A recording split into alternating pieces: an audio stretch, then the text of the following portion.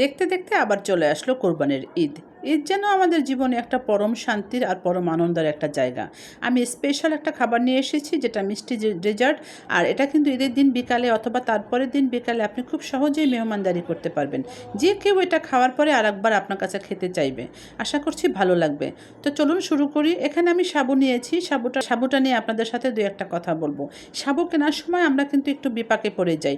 যেই সাবুটা এরকম সাদা স্বচ্ছ, এই সাবুটাই কিন্তু আসল অরিজিনাল সাবু। আর একটা সাবু পাওয়া যায় বেশ সাদা সাদা দেখতে, দেখা যায় হোমিওপ্যাথির যে একটা ওষুধ পাওয়া যায় সেই রকম, সেটা কেনা থেকে বিরত থাকবেন। এই সাবুটা যখন আমি ধোয়ার পরে ভিজিয়ে রাখবো 15 থেকে 20 মিনিট, সেটা ভিজবে, বাট সেটা কিন্তু একদম নরম হয়ে যাবে না। আর যে সাবুটার কথা বলছি যে সাদা সাদা, সেই সাবুটা ধোয়ার সময় কিন্তু অনেকটা গলে যাবে। তাই সাবু কেনার সময় একটু দেখে শুনে সাবুটা কিনতে হবে। সাবু যদি সুন্দর না হয়, সেটা কিন্তু আপনার ডেজার্টটাও কিন্তু ভালো হবে না। সাবুটা আমি ধুয়ে 15-20 মিনিট ভিজিয়ে রেখেছিলাম, তারপরে রান্না করছি। এখন দেখেন সাবুটা রান্না করার সময়, এই সাবুটা রান্না করার সময় মার কিন্তু খুব একটা জড়াবে না। আর ওই সাবুটার কথা যেটা বললাম, সেই সাবুটা রান্না করার সময় সাবুর অস্তিত্ব কম পাওয়া যাবে, তবে সেটা মার একদম বেশি ঘন হয়ে যাবে, সাবুটা একদম কমে যাবে। আর এই সাবুটা কিন্তু তা না, রান্নার পরে দেখেন একদম ট্রান্সপারেন্ট হয়ে গেছে, সাদা স্বচ্ছ দেখা যাচ্ছে। তার মানে বুঝতে হবে এটাই অরিজিনাল সাবু। যাই হোক, অনেকগুলো কথা বলে ফেললাম। যারা সাবু কিনতে একটু বিপাকে পড়ে যান তাদের জন্য। সাবুটা সেদ্ধ হওয়ার পরে ছেঁকে নিয়েছি, আর প্যানটা পরিষ্কার করে তারপরে নিয়ে নিলাম। এখানে 1 টেবিল চামচ ঘি দিয়ে দিলাম, আর দিয়ে দিলাম সাথে হাফ কাপের একটু বেশি সেমাই। এটা হচ্ছে মোটা সেমাই, যেটা কুঞ্চনের সেমাই, সেটা আপনি চাইলে চিকন সেমাই দিয়েও করতে পারেন, তবে এই মোটা সেমাইটাই আমার কাছে বেশি ভালো লাগে। সেমাইটা আমি এই ঘিয়ের সাথে বেশ ভালোভাবে ভেজে নেব, তবে খেয়াল রাখতে হবে কোনোভাবেই যেন সেমাইটা কালার ব্রাউন না হয়, তখন কিন্তু দেখতে ভালো লাগবে না। সাবুটা যেহেতু সাদা, আর সেমাইটা যদি লাল হয়ে যায় বা ব্রাউন হয়ে যায়, সেটা দেখতে মোটেই ভালো লাগবে না। তাই দুটোর সাথে যেন কালারটা অ্যাডজাস্ট হয়, ঠিক এইভাবে আমি ভেজে নেব। মিডিয়াম আছে এটা ভেজে নিয়েছি। তারপরে এখানে সাথে দিয়ে দেবো কিছু গরম মশলা, লং, এলাচ আর দারচিনি।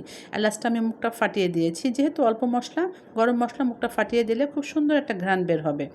ভাজার পরে এখানে আমি দিয়ে দিলাম হাফ লিটার দুধ, ঘন করে জাল করা।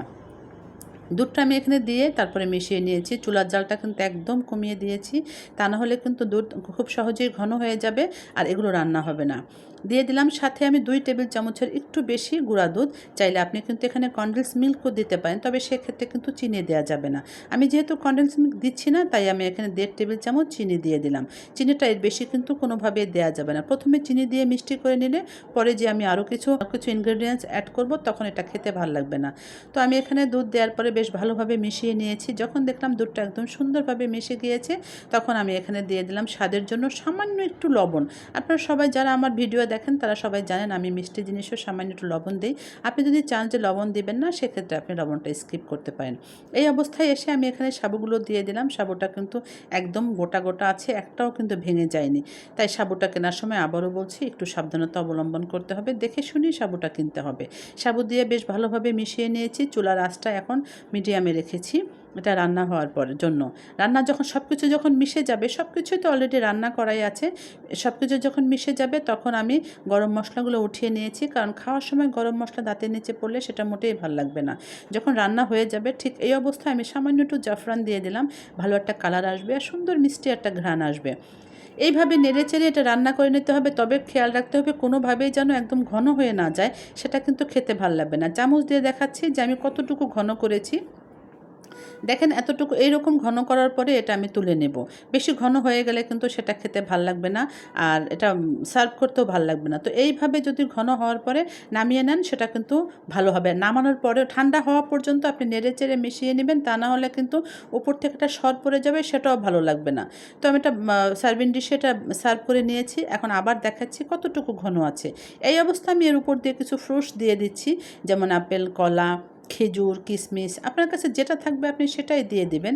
ফলের কোনো বাধ্যবাধকতা নেই। এরকম একটা মিষ্টি ডেজার্ট আপনি যদি ফ্রিজে রেখে দেন, তারপরে ঈদের দিন বিকালে অথবা তারপরের দিন বিকালে যদি গেস্টদের সামনে সার্ভ করেন, তারা কিন্তু সত্যি একদম পরম তৃপ্তি নিয়ে খাবে। আবার পরবর্তী ঈদ আসার আগে আবার 2-1বার ডিমান্ডও করবে যে ওই রকম একটা ডেজার্ট যেন তাদের আপনি করে খাওয়ান। আমি তারপরে পর্যাপ্ত পরিমাণে এখানে আইসক্রিম দিয়ে ফ্রিজে রেখে দিয়েছিলাম। আইসক্রিম দেওয়ার পরে ফ্রিজে রাখলে কিন্তু আইসক্রিমটা গলে যাবে না, আর যদি আপনি আইসক্রিমটা পরে দেন সেক্ষেত্রে কিন্তু সার্ভ করার সাথে সাথে আইসক্রিম দিতে হবে, তা না হলে কিন্তু আইসক্রিমটা গলে যাবে, আইসক্রিমের অস্তিত্ব খুঁজে পাওয়া যাবে না। তাই আইসক্রিম দিয়ে ফ্রিজে রেখে দেবেন, তারপরে এটা ঠান্ডা ঠান্ডা সার্ভ করবেন। আশা করছি ভালো লেগেছে। ভালো লাগলে প্লিজ আমার চ্যানেলটি সাবস্ক্রাইব করে দিবেন, আর পাশে থাকা বেল বাটনটিও প্রেস করে রাখবেন। যারা আমার চ্যানেলটি অলরেডি সাবস্ক্রাইব করে দিয়েছেন তাদের সবাইকে জানাচ্ছি অনেক শুভেচ্ছা। আশা করছি আপনাদের ঈদটা খুব ভালো যাবে, খুবই আনন্দ ঘন মুহূর্ত কাটবে সব সময়ের জন্য। দোয়া রইল সবার জন্য, আমার জন্য প্লিজ দোয়া করবেন। আল্লাহ হাফেজ।